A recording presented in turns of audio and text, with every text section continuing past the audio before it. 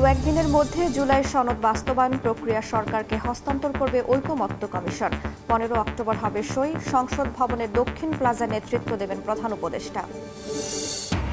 ফিল্মি কায়দায় গাড়িতে বিশেষ চেম্বারে মাদক চোরাচালান, অটোমেটিক সুইচও গোপন স্থানে। ডগ স্কোয়াডের সহায়তায় উত্তরায় উদ্ধার, 2 সদস্য র্যাবের জালে। শুল্ক চাপের মধ্যেই যুক্তরাষ্ট্রের বাজারে বেড়েছে বাংলাদেশি তৈরি পোশাক রপ্তানি। গত 3 মাসেই $201 কোটি আয়, বছর ব্যবধানে বেড়ে 8.6%। 49তম বিসিএস পরীক্ষায় অংশ নিচ্ছেন 3 লাখের বেশি পরীক্ষার্থী। এবারও কেন্দ্রের ডিভাইস নেয়ায় নিষেধাজ্ঞা। 683 জন নিয়োগ পাবেন শিক্ষা ক্যাডারে। এবং ফিলিপিন্সের দক্ষিণাঞ্চলে 7.5 মাত্রার শক্তিশালী ভূমিকম্প, সুনামি সতর্কতা জারি। উপকূলীয় এলাকার বাসিন্দাদের নিরাপদ স্থানে সরে যাওয়ার নির্দেশ।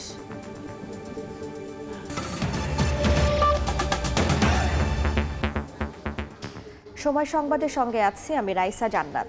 15 অক্টোবর সই হবে বহুল প্রতীক্ষিত জুলাই সনদ। প্রতিটি রাজনৈতিক দলের 2 জন প্রতিনিধি স্বাক্ষর করবেন সনদে। জাতীয় সংসদের দক্ষিণ প্লাজার অনুষ্ঠানস্থলে থাকবেন প্রধান উপদেষ্টা ডক্টর মোহাম্মদ ইউনূস। ঐকমত্য কমিশনের সদস্য বদিউল আলম মজুমদার সময় সংবাদকে জানিয়েছেন, এর মধ্যেই চূড়ান্ত বাস্তবায়ন প্রক্রিয়া সরকারের কাছে হস্তান্তর করবে কমিশন। সংস্কারের কর্মযজ্ঞকে মাইল ফলক হিসেবে দেখছেন তিনি। 3 দফায় 72টি বৈঠক, তর্ক বিতর্ক, আবার ঐক্য মতানৈক্য। এর মধ্য দিয়ে বুধবার শেষ হয় জুলাই সনদ নিয়ে জাতীয় ঐকমত্য কমিশনের বৈঠক। যদিও মৌলিক অনেক সংস্কারে নোট অফ ডিসেন্ট এবং গণভোটের সময়সীমা নিয়ে ঐক্য হয়নি দলগুলোর। চলতি বছরের 15 ফেব্রুয়ারি যাত্রা শুরু করে জাতীয় ঐকমত্য কমিশন। 20 মার্চ থেকে 19 মে পর্যন্ত 32টি রাজনৈতিক দল এবং জোটের সঙ্গে 44টি বৈঠক এবং 2রা জুন থেকে 31 জুলাই পর্যন্ত 30টি দলের সঙ্গে 23টি বৈঠকের মাধ্যমে জুলাই সনদ নিয়ে ঐকমত্যে পৌঁছায় কমিশন। যদিও 19টি মৌলিক সংস্কারের মধ্যে 10টিতেই নোট অফ ডিসেন্ট দিয়েছে বিএনপি সহ কয়েকটি দল। এর মধ্যে রয়েছে সংবিধানের 70 অনুচ্ছেদ সংশোধন, বিচার বিভাগ ও সুপ্রিম কোর্টের বিকেন্দ্রীকরণ, প্রধানমন্ত্রীর একাধিক পদে থাকা, উচ্চকক্ষ গঠন, রাষ্ট্রপতি নির্বাচন পদ্ধতি সহ গুরুত্বপূর্ণ অনেক বিষয়। শেষ মুহূর্তে বাস্তবায়ন প্রক্রিয়ায় গণভোট নিয়ে দলগুলো ঐকমত্যে পৌঁছালেও জাতীয় নির্বাচনের আগে না পরে কখন হবে গণভোট তা নিয়ে মতভিন্নতায় শেষ হয় বৈঠক। এ সংক্রান্ত প্রস্তাবনা কমিশন চূড়ান্ত করবে। তবে সংস্কারের কর্মযজ্ঞকে মাইলফলক বলছেন ঐকমত্য কমিশনের সদস্য বদিউল আলম মজুমদার। এই মাসের 15 তারিখ মেয়াদের শেষ দিন স্যার। শেষ দিন প্রধান উপদেষ্টা থাকবেন, আমরা আশা করছি সংসদের চত্বরেই হবে। জুলাই ডিক্লারেশন যেখানে ঘোষণা যেখানে হয়েছে ওখানেই হবে। আগামী 15 অক্টোবর শেষ হবে কমিশনের 3য় দফায় বাড়ানো মেয়াদ। সেদিনই রাজনৈতিক দলগুলোর স্বাক্ষর অনুষ্ঠান হবে সংসদ ভবনে। নেতৃত্ব দেবেন প্রধান উপদেষ্টা।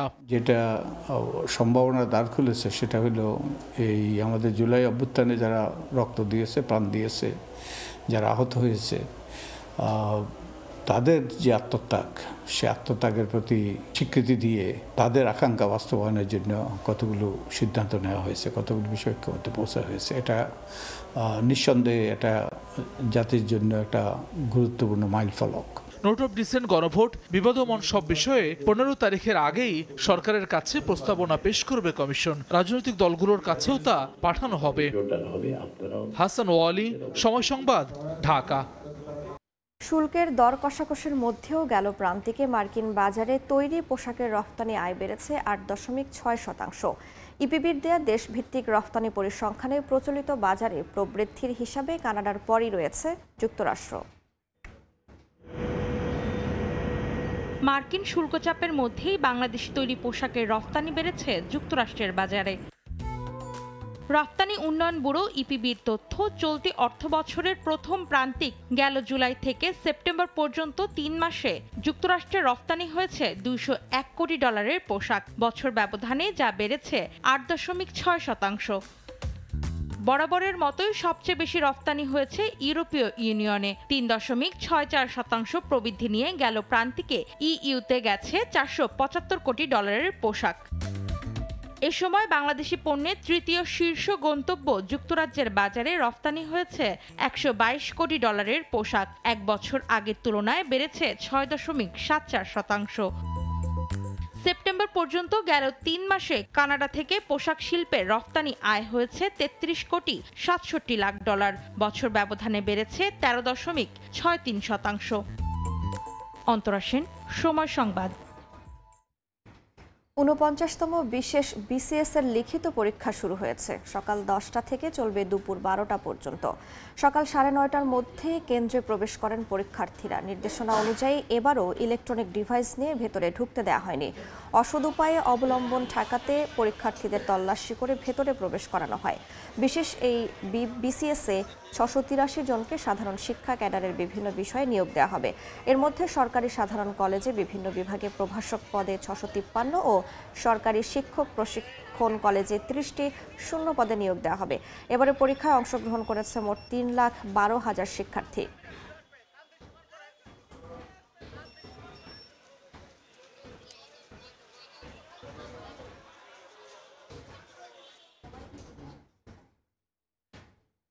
এই মুহূর্তে ইডেন মহিলা কলেজ কেন্দ্রে আছেন সহকর্মী স্বপন আহমেদ। সরাসরি যাচ্ছি তার কাছে। ৪৯তম বিশেষ বিসিএস এর শিক্ষা ক্যাডারের যে পরীক্ষা আজকে কিন্তু অলরেডি শুরু হয়ে গেছে, অর্থাৎ 10টা থেকে পরীক্ষা শুরু হয়ে গেছে। পরীক্ষা চলবে 2 ঘন্টা, অর্থাৎ 12টার মধ্যে পরীক্ষা শেষ হবে। এখন এই মুহূর্তে আমি সকাল থেকেই আসলে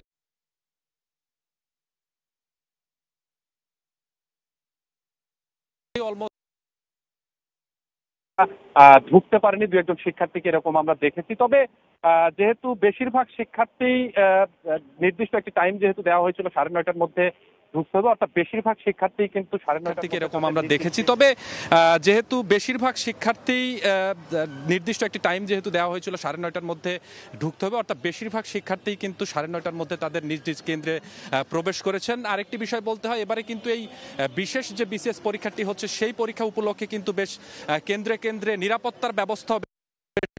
এর আগের বিশেষ কয়েকটি বিসিএস বা বিভিন্ন পরীক্ষা আমরা দেখে থাকি যে বিভিন্ন ডিভাইস ব্যবহার করা হয়ে থাকে, পরীক্ষায় অনৈতিকভাবে এগুলো কাজে লাগানো হয়।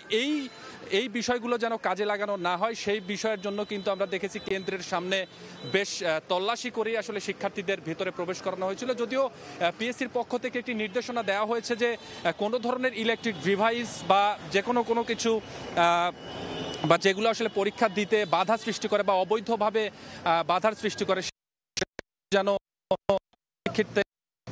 না পারে, এজন্য উপায় ব্যবহার করে শিক্ষার্থীরা যে ঢুকবেন এই বিষয়গুলো আসলে আমরা লক্ষ্য করিনি। যেটি বলছিলাম যে বেশ কয়েকজন পর্যন্ত যে কেন্দ্রগুলোতে আমি গিয়েছি সেখানে আসলে কোনো ধরনের যে ইলেকট্রিক ডিভাইস বা অবৈধ উপায় ব্যবহার করে শিক্ষার্থীরা যে ঢুকবেন এই বিষয়গুলো আসলে আমরা লক্ষ্য করিনি। যেটি বলছিলাম যে বেশ কয়েকজন শিক্ষার্থী তারা প্রবেশ করতে হবে। তো এবারে যেহেতু এই বিশেষ বিসিএস এ শিক্ষা ক্যাডারে 683 জনকে নিয়োগ দেওয়া হবে, এর মধ্যে 683 জনকে নিয়োগ দেওয়া হবে এবং এর মধ্যে 653টি শূন্যপদ, যেটি হচ্ছে সরকারি সাধারণ কলেজের বিভিন্ন বিভাগে প্রভাষক পদে নিয়োগ দেওয়া হবে এবং সরকারি শিক্ষক প্রশিক্ষক কলেজের 30টি পদে প্রভাষক পদে নিয়োগ দেওয়া হবে এবং এই মিলিয়েই আসলে 683 জনকে টোটাল এবার বিএসসি এবং সরকারি শিক্ষক প্রশিক্ষক কলেজের 30টি পদে প্রভাষক পদে নিয়োগ দেওয়া হবে এবং এই মিলিয়েই আসলে 683 জনকে টোটাল এবার পিএসসি থেকে নিয়োগ দেওয়া হবে এবং এরই পরীক্ষা আজকে অনুষ্ঠিত হচ্ছে। তবে এই পরীক্ষার্থী কয়েক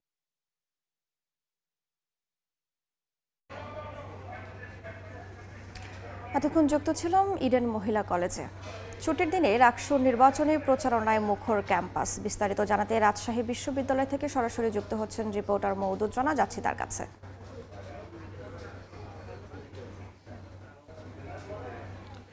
ছুটির দিন এবং সে কারণে যারা শিক্ষার্থীরা রয়েছেন তারা আবাসিক যে হলগুলো রয়েছে সেখানে অবস্থান করছেন এবং যারা প্রার্থীরা রয়েছেন তারাও সেই আবাসিক হলগুলোতে সকাল থেকে প্রচারণা চালাচ্ছেন। অন্যদিকে আজকে সকালে একটি সড়ক দুর্ঘটনায় রাজশাহী বিশ্ববিদ্যালয় মার্কেটিং বিভাগের একজন শিক্ষক মারা গেছেন এবং দর্শন বিভাগের একজন শিক্ষক আহত হয়েছেন। সে কারণে কিন্তু সারা বিশ্ববিদ্যালয়ে এক ধরনের শোকের আবহ, যার ফলে অন্যান্য দিন আমরা যেটি দেখি যে পরিবহন মার্কেট সহ বিভিন্ন স্থানে যে প্রচারণা চলে সেই প্রচারণা আসলে চলছে না। আমরা প্রার্থীদের সাথে কথা বলেছিলাম, তারা বলছেন যে একজন শিক্ষক নিহত হওয়ায় তারা শোকের মধ্যে রয়েছেন, যে কারণে বাইরে যে প্রচারণা সেটি সকালের দিকে করছেন না। তারা নামাজের পর তারা এই পরিবহন মার্কেট সহ কেন্দ্রীয় যে শহীদ মিনার রয়েছেন এবং বিশ্ববিদ্যালয়ের ক্যাম্পাসের বিভিন্ন স্থানে প্রচারণা চালাবেন।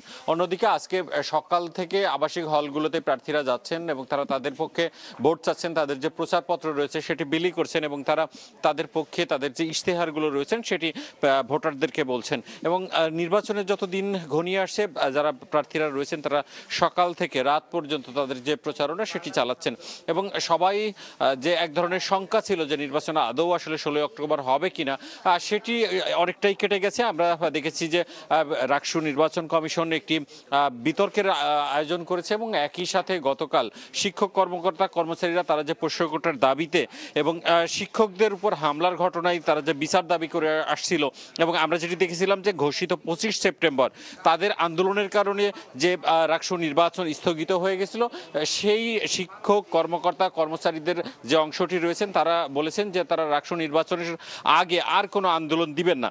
ফলে প্রার্থীদের মধ্যে সেই সংখ্যাটা কিছুটা হলেও দূর হয়েছে এবং তারা 16 অক্টোবর নির্বাচন হচ্ছে সেটি মাথায় রেখেই তাদের যে প্রচারণা সেটি চলছে এবং আমরা দেখেছি যে সকাল থেকে তারা আবাসিক হলগুলোতে জমজমাট যে প্রচারণা সেটি চালাচ্ছেন। আমরা রাকসু নির্বাচন কমিশনের সাথে কথা বলেছিলাম, তারা যেটি বলছেন যে অল্প কিছু আচরণবিধি লঙ্ঘনের অভিযোগ তারা পেয়েছিলেন, তারা সেগুলো খতিয়ে দেখছেন এবং খুব বড় ধরনের যে অভিযোগ সেই অভিযোগ নেই। এই ছিল রাজশাহী বিশ্ববিদ্যালয় থেকে আমার কাছে সর্বশেষ। সরাসরি যুক্ত ছিলাম রাজশাহী বিশ্ববিদ্যালয়। সংযুক্ত আরব আমিরাত থেকে চট্টগ্রামে আনা হচ্ছে জুলাই যোদ্ধা আব্দুল হাকিমের মরদেহ। এই মুহূর্তে শাহ আমানত আন্তর্জাতিক বিমানবন্দরে আছেন রিপোর্টার শফিক আলম। সরাসরি যাচ্ছি তার কাছে।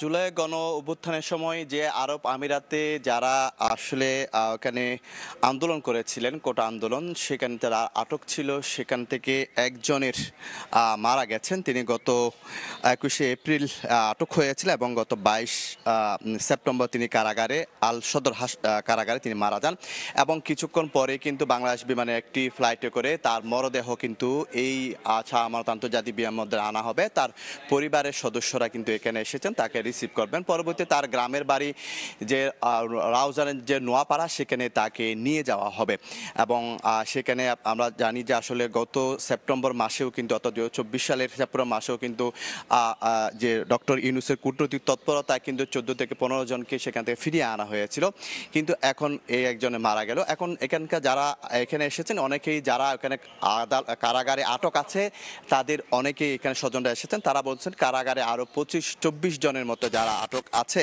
তাদেরকে দেশে ফিরিয়ে আনা হয়। তো এখানকার কিছুক্ষণ পরে কিন্তু এই আব্দুল হামিদের মরদেহ বাংলাদেশ বিমানে একটি ফ্লাইটে করে এখানে আনা হবে শাহ আমানত আন্তর্জাতিক বিমানবন্দরে, পরবর্তীতে সেখানে নিয়ে যাওয়া। তবে তার সাথে যে যারা জড়িত ছিল আন্দোলন তারা বলছেন যে তাকে যেন ঢাকায় নিয়ে যাওয়া হয়, ঢাকায় নিয়ে যাওয়া, সেখানে শহীদ মিনারে তার জানাজা হবে, রাষ্ট্রীয় সম্মাননার মাধ্যমে তাকে যেন করা হয় সেই বিষয়টি তারা এখানে বলছেন। তবে পরিবারের পক্ষ থেকে বলা হচ্ছে তাকে যেন জানিয়ে যাওয়া। তো কিছুক্ষণ পরে কিন্তু তার মরদেহ এখানে আসবেন এবং যারা এখনো পর্যন্ত সেখানে কারাগারে যারা আটক আছে তাদেরকে ছাড়িয়ে আনার জন্য এখানে যে স্বজনরা রয়েছে সেই স্বজনদের পক্ষ থেকে কিন্তু জোর দাবি দেওয়া হচ্ছে তারা যেন অন্তর্বর্তী সরকার যেন তাদেরকে নিয়ে আসে। তো এই ছিল আমার কাছে সর্বশেষ তথ্য। সরাসরি যুক্ত ছিলাম চট্টগ্রামে। প্রতিষ্ঠার এক যুগেও গাজীপুরবাসীর পানির যোগান দিতে পারেনি সিটি কর্পোরেশন। দুর্নীতি আর জনবল ঘাটতির অজুহাতে সফল হননি কোনো নগর প্রধান। এমন বাস্তবতায় ওয়াসা স্থাপনের কথা জানিয়েছেন বর্তমান প্রশাসক। অন্যদিকে দিন দিন পানির স্তর নিচে নামায় শুরু হয়েছে এর ভয়ঙ্কর প্রভাব। পরিস্থিতি উত্তরণে শিগগিরই নদীর পানি পরিশোধন করে চাহিদা মেটানোর পরামর্শ বিশেষজ্ঞদের। জুনায়েদ রুবেলের ছবিতে মেহেদি হাসানের রিপোর্ট। নগরবাসীর পানির চাহিদা মেটাতে এলাকা ভিত্তিক পাম্প স্থাপন করেছে গাজীপুর সিটি কর্পোরেশন। কথা ছিল এই পাম্পের মাধ্যমে ঘরে ঘরে পৌঁছে যাবে পানি। সেই লক্ষ্যে পাম্পগুলোতে পানির সংযোগ দিলেও তা আর সবার ঘরে পৌঁছায়নি। এমন পরিস্থিতিতে নিজেদের ইচ্ছে মতো লাইন স্থাপন করে বাড়ির পানির যোগান দিচ্ছেন এলাকাবাসী। এই পাম্পের যে দায়িত্ব আছে সেই এই লাইনগুলো আর কি জয়েন দেয় 7,000 করে টাকা নিয়ে। কার্ডটা বৈধ হচ্ছে আর কার্ডটা বৈধ হচ্ছে না সেটা আসলে আমি বলতে পারতাছি না। প্রভাবশালী লোক আছে এইগুলোর মাধ্যমে আর কি তারা তাদের নিজের মতো নিয়ে নাই আর কি। অবৈধ পথেও যারা পানির যোগান দিতে পারেননি তারা মাটি খুঁড়ে তলদেশে বসিয়েছেন সাবমার্সিবল পাম্প। যদিও সিটি কর্পোরেশন এলাকায় তা অবৈধ। নিয়মনীতির তোয়াক্কা না করেই কেউ কেউ ভূগর্ভস্থ থেকে পানি তুলে করছেন ব্যবসাও। ঢাকা বিশ্ববিদ্যালয়ের একটি গবেষণা বলছে নগরীর ৮৫% মানুষই এই ভূগর্ভস্থ পানির উপর নির্ভরশীল। মানুষের ব্যবহারের পানির তথ্য পাওয়া গেলেও এই অঞ্চলের শিল্প প্রতিষ্ঠানগুলো ভূগর্ভস্থল থেকে যে বিপুল পরিমাণ পানি উত্তোলন করছে তার কোনো হিসেব নেই কারো কাছেই। এমন বাস্তবতায় প্রতি বছর ২ মিটার করে নিচে নামছে পানির স্তর। সিটি কর্পোরেশন হওয়ার ১ যুগ পেরিয়ে গেলেও নগরবাসীর পানির নিশ্চয়তা দিতে পারেনি সংস্থাটি। তথ্য বলছে নগরীর প্রায় ৫০ লক্ষ বাসিন্দাদের মধ্যে বৈধ পানির লাইনের সংখ্যা মাত্র ২০,০০০, যা মোট চাহিদার ২ থেকে ৩%। ফলাফল, অবৈধভাবে বাধ্য হয়েই পানি উত্তোলন করছে নগরবাসী। এতে একদিকে যেমন হুমকির মুখে পড়ছে পরিবেশ, আর অন্যদিকে বিপুল পরিমাণে রাজস্ব হারাচ্ছে সরকার। জলবায়ু নিয়ে গবেষণা সেন্টার সিসিটিভির অনুসন্ধানে উঠে এসেছে এরই মধ্যে পানির অপব্যবহারের মাশুল গুনতে শুরু করেছে গাজীপুরবাসী। আর নগরীর মাস্টার প্ল্যানের দায়িত্বে থাকা ঢাকা প্রকৌশল ও প্রযুক্তি বিশ্ববিদ্যালয়ের বিশেষজ্ঞরা বলছেন, সমস্যা সমাধানে আশপাশের নদীর পানি পরিশোধন করে তা কাজে লাগানোর বিকল্প নেই। পানির লেয়ার যদি নিচে নেমে যায় তাহলে সবচেয়ে বড় যে সমস্যা হবে সেচের পানির ঘাটতি হবে। সেচের পানির ঘাটতি মানেই আমার খাদ্য নিরাপত্তা ব্যাঘাত ঘটবে। আন্ডারগ্রাউন্ড ওয়াটারের উপরে ডিপেন্ড না করে সারফেস ওয়াটার আমরা মেঘনা থেকে আনতে বলছি। আমরা এই একটা জায়গায় এসে ওয়াটার পিউরিফিকেশন প্ল্যান্ট করে ওখান থেকে সাপ্লাই পানি হবে। দেরিতে হলেও বিষয়গুলো আমলে নিয়েছে বর্তমান নীতি নির্ধারকরা। নিজেদের ব্যর্থতা স্বীকার করে নগরের পানির দায়িত্ব নিতে শীঘ্রই ওয়াসা স্থাপনের পরিকল্পনার কথা জানান নগর প্রধান। ওয়াসা করার জন্য প্রাথমিক একটা আলোচনা চলছে। আমরা মন্ত্রণালয়ে একটা প্রস্তাবনা প্রেরণ করবো। আমরা নীতিগতভাবে সিদ্ধান্ত নিচ্ছি, তারপরে বাকিটুকু সরকারের সিদ্ধান্ত। সাধারণত কোনো অঞ্চলের পরিবেশ রক্ষায় ভূপৃষ্ঠে পানির প্রয়োজন ৭ থেকে ১৬%। তবে আরডিআরসির গবেষণা বলছে গাজীপুরের ভূপৃষ্ঠে পানির পরিমাণ মাত্র ৩.২%। মেহেদী হাসান, সময় সংবাদ, গাজীপুর। বছরে ডিমের চাহিদা যেখানে জনপ্রতি ১০৪টি, সেখানে উৎপাদন হয় ১৩৮টি। সরকারের এমন তৃপ্তিকর পরিসংখ্যানের বিপরীতে ভোক্তার দামও তুলনামূলক বেশি। কৃষি অর্থনীতিবিদরা বলছেন, মধ্যস্বত্বভোগীদের দৌরাত্ম্য কমাতে পারলেই কমবে ডিমের দাম। সাশ্রয়ী মূল্যে ডিমের যোগান নিশ্চিতে কাজ চলছে বলে জানিয়েছে প্রাণী সম্পদ অধিদপ্তর। ফরহাদুর রহমানের রিপোর্ট। সহজলভ্য আমিষের উৎস হিসেবে কদর ডিমের। সবজিসহ অন্য খাদ্যপণ্যের দাম বাড়লে পুষ্টি বিবেচনায় পছন্দের তালিকায় ওঠে ডিম। যখন মাছের দাম তরিতরকারির দাম বেশি হয়, সেই ডিমটা বেশি খাই। মাছ মাংসের তুলনা হিসাবে এইটার দামটা একটু কম, এই জন্য মানে আর কি এইটা আমরা সবসময় খাই। একটা ডিম নিলে বহু ফ্যামিলি আছে, আপনি 2 জন খাইতে পারে। 1 কেজি সবজি নিলে 100 টাকা 150 টাকা, এই হিসাবে তো ডিমই ভালো। বর্তমানে দেশে যে পরিমাণ ডিম উৎপাদন হয় তাতে চাহিদা মেটানোর পরও থাকে অতিরিক্ত, এমন তথ্যই দিচ্ছে প্রাণী সম্পদ অধিদপ্তর। প্রায় 6,50,00,000 অধিক প্রতিদিন বাজারে ডিম আসছে। সপ্তাহে 2টা ডিম মিনিমাম একটা রিকোয়ারমেন্ট ধরে আমরা কিন্তু বছরে 104টি ডিমের একটা এস্টিমেট করেছিলাম। এখন কিন্তু আমরা একটা বিরাট ভালো একটা পর্যায়ে প্রায় 137-38টির উপরে কিন্তু ডিম আমরা জনগণকে সাপ্লাই দিতে পারছি। এই জায়গাটা আমরা চেষ্টা করছি কিভাবে আরো উৎপাদন বাড়ানো যায়। চাহিদা যোগান সমীকরণে উদ্বৃত্ত হিসাব থাকার পরও অনেক ভোক্তার কাছে পণ্যটির দাম বেশি বলে মনে হয়। ডিমের দাম যে বাড়তেছে বলার মতো না আর কি। ডিমের সংকট দেখা দিলে আমরা ডিমের দাম বাড়ে। কম দামে ডিম খেতে চাওয়া ভোক্তার প্রত্যাশা পূরণের পথও দেখিয়ে দিচ্ছেন কৃষি অর্থনীতিবিদরা। তাদের যুক্তি, বিপণন কাঠামোতে মধ্যস্বত্বভোগীদের ঠেকাতে পারলে কমবে দাম। সবজির সিন্ডিকেটের থেকেও ডিমের সিন্ডিকেট ভয়াবহ। এটাও কিন্তু আপনার বাজারটা এক শ্রেণীর নিয়ন্ত্রণ করতেছে লোকরা, এবং এটা তো সরকার নিয়ন্ত্রণ করতে পারতেছে না। আপনার সরকার যদি নিয়ন্ত্রণ করে, আপনার ডিমের বাজারে আপনার ক্রাইসিস হওয়ার কথা না। এটা আপনার বাণিজ্যিকভাবে উৎপাদন হচ্ছে, কৃষক পর্যায়ে উৎপাদন হচ্ছে, কিন্তু এটার কোনো বাজার ব্যবস্থাপনা আমাদের নাই। একদিকে উৎপাদন খরচ মিটিয়ে উৎপাদককে টিকিয়ে রাখা, অন্যদিকে সাশ্রয়ী মূল্যে ডিমের সরবরাহ বাড়াতে খাত সংশ্লিষ্টদের নিয়ে সরকার কাজ করছে বলে জানিয়েছেন প্রাণী সম্পদের মহাপরিচালক। জনসাধারণকে একটি পুষ্টিকর এই খাদ্যটি আরও কিভাবে সুলভ মূল্যে দেওয়া যায় সে নিয়ে কাজ করছে প্রাণী সম্পদ অধিদপ্তর। বর্তমানে সপ্তাহে জনপ্রতি 2টি করে ডিম ধরে যে চাহিদা নির্ধারণ করা হয়েছে, আগামীতে তা বাড়ানোর পরিকল্পনা রয়েছে বলেও জানিয়েছে প্রাণী সম্পদ অধিদপ্তর। ফরহাদুর রহমান, সময় সংবাদ, ঢাকা। নিষেধাজ্ঞা অমান্য করে পদ্মা নদী থেকে অবাধে মা ইলিশ শিকার করছেন রাজবাড়ীর জেলেরা। নদীর পাড়েই অস্থায়ী হাট বসিয়ে প্রকাশ্যে বিক্রি করা হচ্ছে এসব ইলিশ। এজন্য মৎস্য বিভাগের উদাসীনতাকে দুষছেন স্থানীয়রা। তবে জেলেদের দাবি, সময় মতো খাদ্য সহায়তা না পাওয়ায় বাধ্য হয়ে নদীতে জাল ফেলছেন তারা। মা ইলিশ রক্ষায় নিয়মিত অভিযান পরিচালনার কথা জানিয়েছেন জেলা প্রশাসক। আশিকুর রহমানের রিপোর্ট। প্রজনন মৌসুম নিরাপদ করতে 4 অক্টোবর থেকে 25 অক্টোবর পর্যন্ত 22 দিন ইলিশের অভয়াশ্রমে সব ধরনের মাছ ধরায় নিষেধাজ্ঞা দেয় সরকার। তবে সরকারি নিষেধাজ্ঞা অমান্য করে রাজবাড়ীর পদ্মা নদীতে চলছে ইলিশ ধরার মহোৎসব। নিবন্ধিত জেলে ছাড়াও মৌসুমী জেলেরা ইঞ্জিন চালিত নৌকা নিয়ে পদ্মায় নেমেছেন ইলিশ ধরতে। পদ্মা পারে অস্থায়ী হাট বসিয়ে প্রকাশ্যে বিক্রিও চলছে নির্বিঘ্নে। এজন্য মৎস্য বিভাগের উদাসীনতাকে দুষছেন স্থানীয়রা। প্রতিদিন শত শত নৌকা নিয়ে তারা ইলিশ মাছ মারতেছে, প্রশাসনেরও কোনো খোঁজ খবর দেখতেছি না। নিষেধাজ্ঞার সময় এখন ইলিশের দাম একটু কম পাচ্ছে, আগের তুলনায় এখন থেকে কম পাচ্ছি। জেলেদের দাবি, নিষেধাজ্ঞা কালে সরকারি সহায়তা না পেয়ে পেটের দায়ে বাধ্য হয়ে মাছ শিকারে নেমেছেন তারা। ঘরে 50 মণ ধান আছে, সেই জালিয়া কাঠে চাল খাইতেছে। আমি অরিজিনাল জালিয়া, আমি 10 চাল পাইতেছি না। আমার বাধ্য ধরা লাগবে, আমার খবর তো কেউ নিতেছে না। এদিকে বিষয়টি নিয়ে ক্যামেরার সামনে কথা বলতে রাজি হননি জেলা মৎস্য কর্মকর্তা। তবে মা ইলিশ রক্ষায় নিয়মিত অভিযান পরিচালনার কথা জানিয়েছেন জেলা প্রশাসক। বালিয়াকান্দি উপজেলা ছাড়া বাকি সবগুলো উপজেলা আমরা জেলা প্রশাসন থেকে অতিরিক্ত নির্বাহী ম্যাজিস্ট্রেটকে সেখানে আমরা দায়িত্ব প্রদান করেছি। আমরা বিভিন্ন জায়গায় যে কিছু আমরা ইলিশ জব্দ করেছি এবং সেটি আমরা এতিমখানায় বা অন্য জায়গায় আমরা সেটি ডিস্ট্রিবিউট করেছি। মৎস্য বিভাগের তথ্য মতে রাজবাড়ীর পাংশা থেকে গোয়ালন্দ পর্যন্ত পদ্মা নদীর 57 কিলোমিটার এলাকা মা ইলিশের অভয়াশ্রম। জেলার 5777 জন নিবন্ধিত জেলে ইলিশ আহরণের সঙ্গে সম্পৃক্ত। আশিকুর রহমান, সময় সংবাদ, রাজবাড়ী। সড়ক দুর্ঘটনায় প্রাণ হারালেন রাজশাহী বিশ্ববিদ্যালয়ের শিক্ষক। এ সময় আহত আরেক শিক্ষক হাসপাতালে ভর্তি। পুলিশ জানায়, রাবির মার্কেটিং বিভাগের অধ্যাপক শিব শঙ্কর রায় ও দর্শন বিভাগের অধ্যাপক আসাদুজ্জামান বাদশা রাজশাহীর পবা থেকে মাছ ধরার সরঞ্জাম নিয়ে নওগাঁ যাচ্ছিলেন। পথে রাজশাহী নওগাঁ মহাসড়কের মনসুর জুট মিলের সামনে থেকে শিব শঙ্করের মরদেহ এবং আহত অবস্থায় আসাদুজ্জামানকে উদ্ধার করা হয়। স্কুটির পেছনের চাকা পাংচার হওয়া ছিল।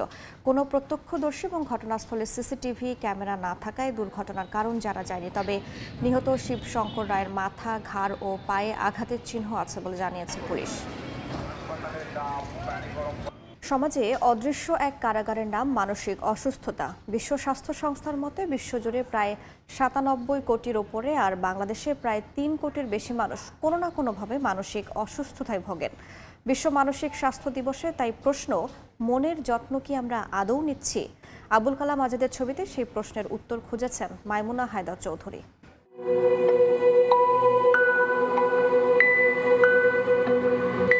ডিপ্রেশন সেটা আবার কি? ও তো অসামাজিক।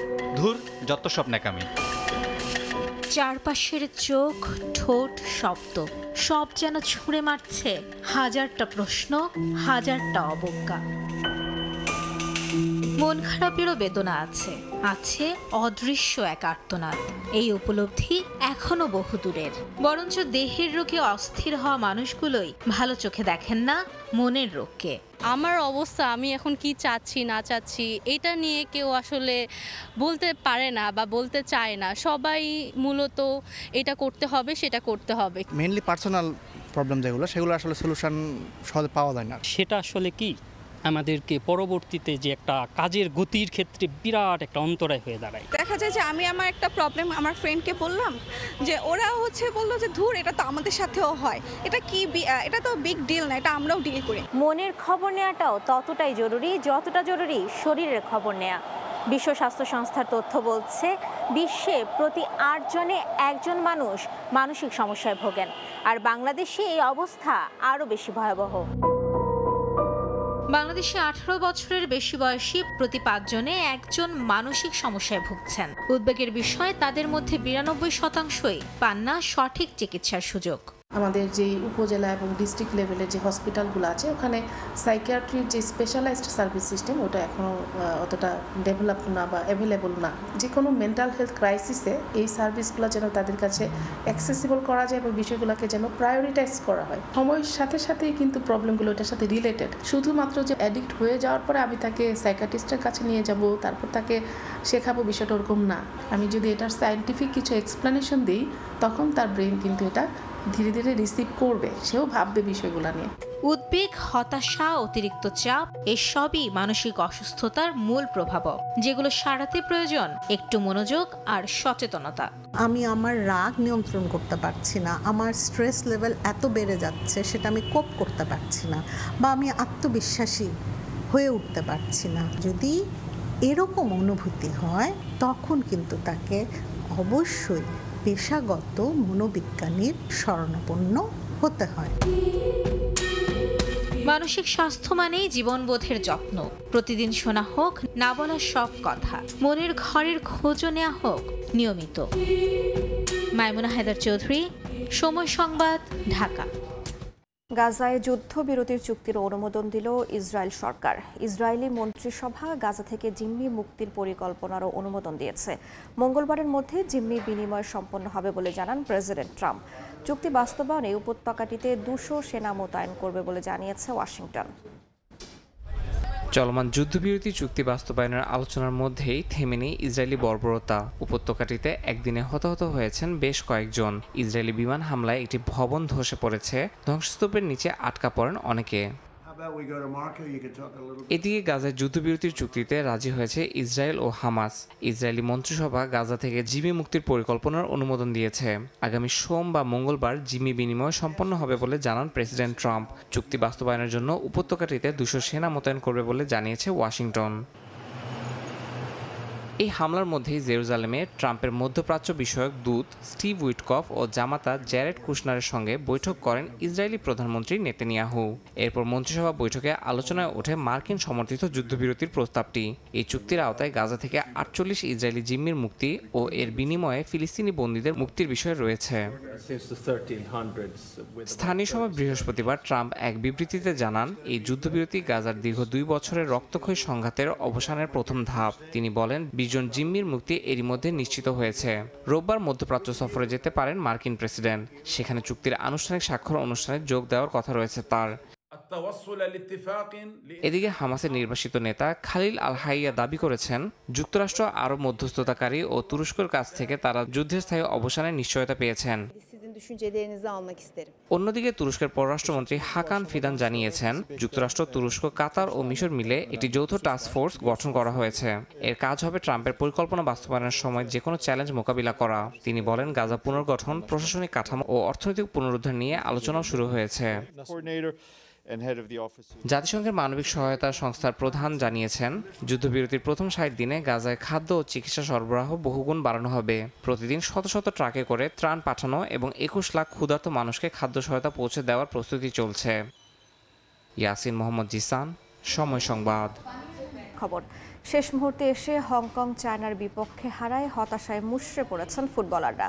তবে যার কারণে এই ব্যর্থতা, সেই হ্যাভিয়ার ক্যাব্রেরার বিষয়ে দ্রুত সিদ্ধান্ত নিতে কোনো এক অদৃশ্য কারণে নিশ্চুপ অবস্থানে ফুটবল ফেডারেশন। বাফুফের সভাপতি বলেন, তার পারফরমেন্স বিশ্লেষণ করে নেওয়া হবে চূড়ান্ত সিদ্ধান্ত। হাভিয়ের ক্যাব্রেরা কি একটুর জন্য হলেও অনুধাবন করতে পেরেছেন তার কারণেই এই ভরাডুবি? এমন নত মস্তকে হামজা জামালদের স্টেডিয়াম ছেড়ে যাওয়ার দৃশ্য কি তার মাঝে অনুশোচনার তৈরি করে না? বোধ হয় না। যদি তাই হতো, এতক্ষণে নিজেই ঘোষণা দিতেন দায়িত্ব ছাড়ার। হংকংয়ের দিকে হেলে পড়া ম্যাচ নিদারুণ দক্ষতায় নিজেদের দিকে ঘুরিয়েছিলেন সমিত সোমরা। তবে তা ধরে রাখতে পারেন মুহূর্ত কয়েক, আর তাই হয়তো আফসোস আর আক্ষেপে হৃদয় হয়েছে তাদের চূর্ণ বিচূর্ণ। ফুটবলাররা সেটা ভাষায় প্রকাশ করতে না পারলেও তাদের মুখ দেখে পড়ে নেওয়া যায় অতি সহজেই। মন খারাপ। কঠিন খেলা ছিল, আমরা ভালো হইতো যদি জিততাম, বাট কি করা যায়, খুব কষ্ট লাগছে। 45 বছর পর বাংলাদেশের সামনে আবারও যে এশিয়ান কাপ খেলার সুযোগ এসেছে, হয়েছিল তা এখন ফিকে। এই দায় কোনোভাবেই এড়াতে পারেন না হাভিয়ের ক্যাবরেরা। এমন পরিস্থিতিতে তার ভবিষ্যৎ নিয়ে তড়িৎ সিদ্ধান্ত আসার কথা থাকলেও অদৃশ্য কারণে রক্ষণাত্মক কৌশলে বাফুফে। আমার মন্তব্য আমাদের post match analysis and briefing এর সময় আমি দিব। এখনো তো শেষও হয় নাই ম্যাচ, আমি করি, আমরা ফ্যানদেরকে নিরাপদভাবে বার করি, যেটা এইমাত্র বলেছেন, টিমটাকে নিরাপদভাবে একটু বার করি। আমাকে একটু সুযোগ করে দেন। আমাদের জন্য 23 জন প্লেয়ারই অত্যন্ত ইম্পর্টেন্ট, অত্যন্ত ইকুয়াল, যে কোনো এক সময় 23 জনেরই অ্যাবিলিটি থাকে খেলাটাকে ঘুরে দেওয়ার জন্য। আর স্পেসিফিক প্লেয়ারদের ব্যাপারে আমি মন্তব্য করতে চাচ্ছি। এই ম্যাচ বাংলাদেশ কেন হেরেছে এটা বোঝার জন্য বা বিশ্লেষণ করার জন্য আসলে ফুটবল বোদ্ধা হওয়ার প্রয়োজন নাই। একটু আগে স্ক্রিনে যাকে দেখতে পাচ্ছিলেন তার ভুল কৌশল এবং ভুল প্লেয়ার সিলেকশনের জন্যই বাংলাদেশের ৪৫ বছর পর এশিয়ান কাপে খেলার যে সম্ভাবনা তৈরি হয়েছিল সেটা একেবারে ভেস্তে গেল। জাতীয় স্টেডিয়াম থেকে এস.এম. ইকবাল, সময় সংবাদ, ঢাকা। সময় সংবাদের শীর্ষ সংবাদগুলো জানিয়ে দিচ্ছি আরেকবার।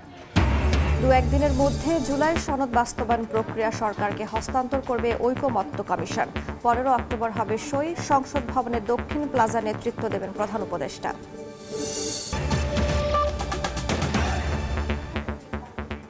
এই ছিল সময় সংবাদে।